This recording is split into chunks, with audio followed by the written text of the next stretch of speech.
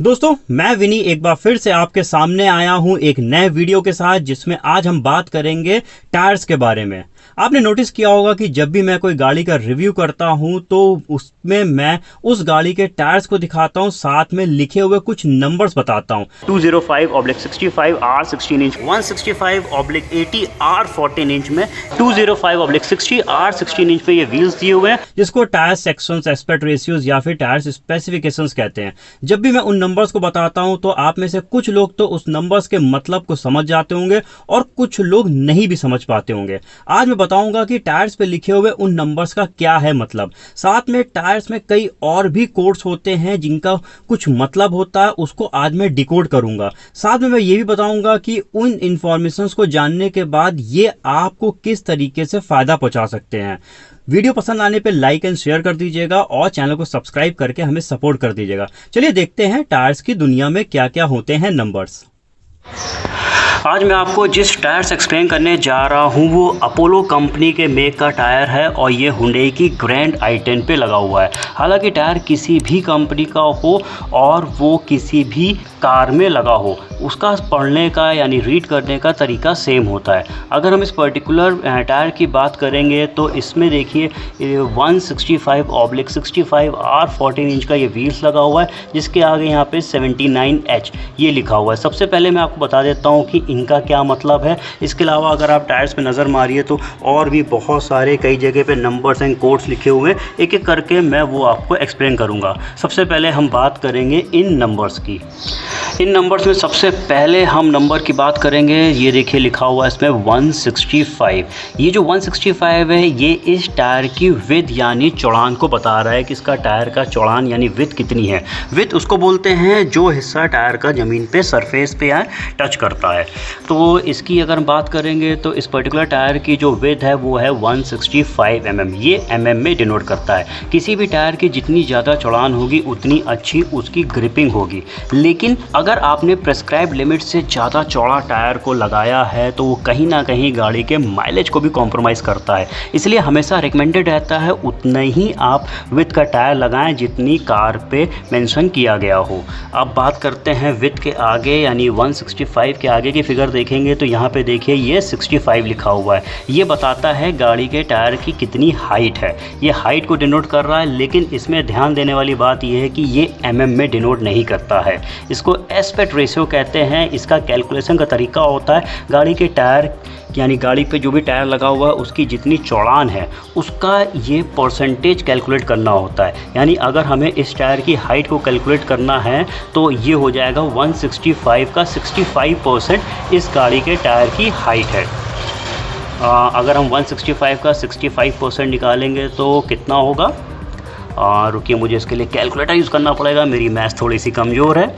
165 × 65% ये आया जाके 107.25। यानी अगर हम इसको कैलकुलेट करेंगे तो इस टायर की हाइट आए 107 mm। तो इसको कैलकुलेट करने का तरीका थोड़ा सा डिफरेंट है, इसमें यहाँ पे आपको कैलकुलेशन करना पड़ेगा। अब उसके आगे देखेंगे तो यहाँ पे देखिए ये लिखा हुआ है R। R का मतलब है इस गाड़ी का टायर का कंस्ट्रक्शन कैसा है। तो इसका अगर हम देखेंगे तो यहाँ पे देखिए R लिखा हुआ है, तो ये रेडियल टायर इसमें लगा हुआ है। आजकल अगर हम नॉर्मल बात करेंगे तो लगभग आपको सभी गाड़ियों पे रेडियल टायर्स ही मिलेगा, इसलिए ज़्यादातर यहाँ पे देखिए R लिखा होता है। लेकिन अगर इसके अलावा कोई ऐसा टायर दिखता है जिसमें B या D लिखा होता है उसका मतलब होता है बायस प्लाई या फिर डायगनल प्लाई, और अगर कुछ नहीं लिखा हुआ है तो इसका मतलब वो क्रॉस प्लाई हो गया। लेकिन ज़्यादातर गाड़ी पे आपको रेडियल टायर्स ही मिलता है। तो यहाँ पे इस R का मतलब इस टायर का कंस्ट्रक्शन शो कर रहा है। उसके आगे देखेंगे तो ये देखिए 14 लिखा हुआ है। 14 का मतलब हो गया ये इस गाड़ी पे जो व्हील्स यानी इसका जो रिम लगा हुआ है उसका डायमीटर जो है वो 14 इंच है। इसका अगर व्हील्स की बात करेंगे तो इसका जो रिम का डायमीटर है वो 14 इंच है और उस पे 14 इंच के रिम पे ये टायर लगेगा। इसमें चाहे रिम हो या फिर एलॉय व्हील्स हो, दोनों के कैलकुलेशन का तरीका बिल्कुल सेम रहता है। ये डायमीटर को बताता है कि कितने डायमीटर के व्हील्स पे ये टायर लगेगा।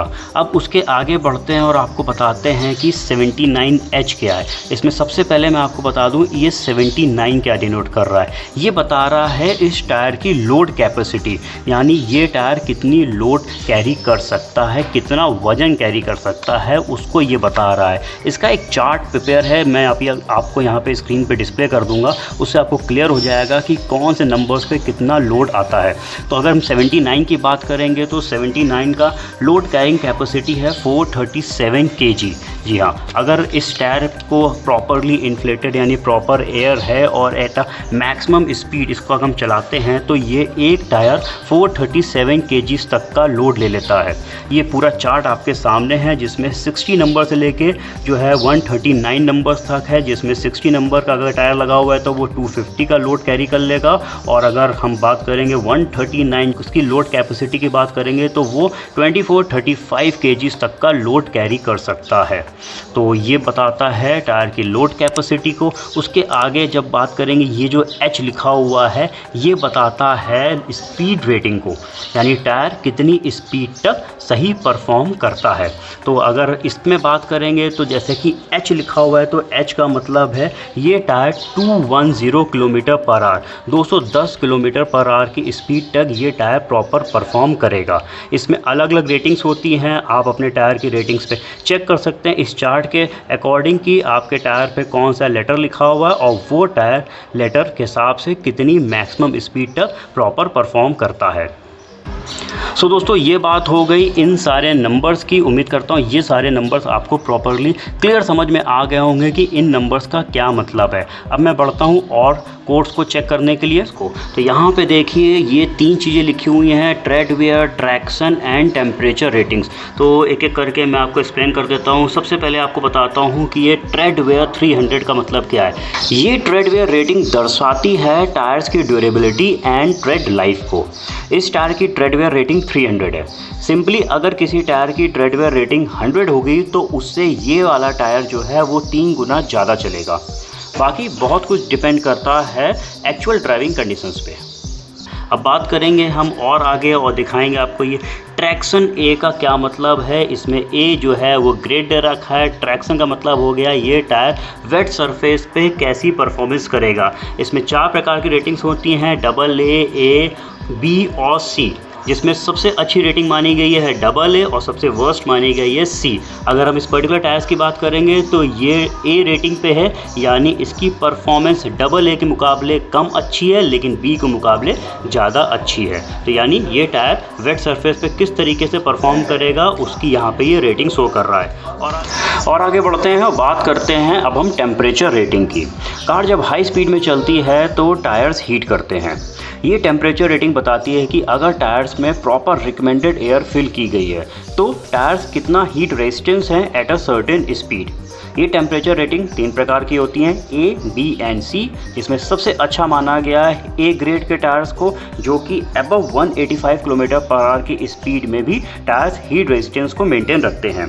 जैसा कि ये टायर B रेटिंग का है तो इसमें मैक्सिमम 185 किलोमीटर पर आवर तक की है, 160 से लेकर 185 किलोमीटर पर आवर। और इस रेटिंग में सबसे वर्स्ट माना जाता है C ग्रेड का टायर, जो कि 137 से 160 किलोमीटर पर आवर तक की स्पीड तक रेजिस्टेंस टू हीट रहता है। तो ये हो गई इन 3 कोड्स की बात, जिसमें treadwear, traction and temperature आप अपनी गाड़ी के टायर्स में चेक कर सकते हैं। और चीज़ देखेंगे तो अब बात करेंगे सबसे इम्पॉर्टेंट चीज़ की, वो है इस टायर की मैन्युफैक्चरिंग डेट। कहाँ पे आप चेक कर सकते हैं तो वो यहाँ पे ये DOT के आगे ये लिखी रहती है। इसमें DOT को अगर बात करेंगे तो DOT का मतलब होता है डिपार्टमेंट ऑफ ट्रांसपोर्टेशन। ये US का टर्म्स है, जिसमें इसके आगे बात करेंगे तो ये मेरे ख्याल से कंपनी का या प्लांट कोड कह सकते हैं वो बता रहा है। और उसमें सबसे इम्पॉर्टेंट चीज़ है वो ये डेट, यानी आप किसी भी टायर की मैन्युफैक्चरिंग डेट को चेक कर सकते हैं इन 4 डिजिट से। इसका कैलकुलेशन थोड़ा सा अलग रहता है। इसमें फर्स्ट 2 डिजिट जो होती हैं वो हफ्तों को, वीक को बताती हैं, और उसके आगे की 2 डिजिट जो हैं वो ईयर को कैलकुलेट यानी बताती हैं। अब इसमें जैसे कैलकुलेट करेंगे तो ये 26th वीक यानी मोटा मोटा मान लीजिए जून 2015 में ये टायर मैन्युफैक्चर किया गया था। अब ये डेट इसलिए इम्पॉर्टेंट है क्योंकि एक टायर की लाइफ होती है, यानी अगर टायर को यूज़ नहीं भी किया जाता है तो भी वो टायर एक समय बाद ख़त्म यानी ख़राब हो जाता है। एक रिपोर्ट के अकॉर्डिंग 10 साल में अगर टायर रखा भी हुआ है, यूज़ नहीं भी किया गया है, तो भी उसकी लाइफ ख़त्म हो जाती है। तो जब भी आप नया टायर को परचेज़ करें तो उस टायर की मैन्युफैक्चरिंग डेट कुछ इस तरीके से कैलकुलेट करके आप चेक कर सकते हैं।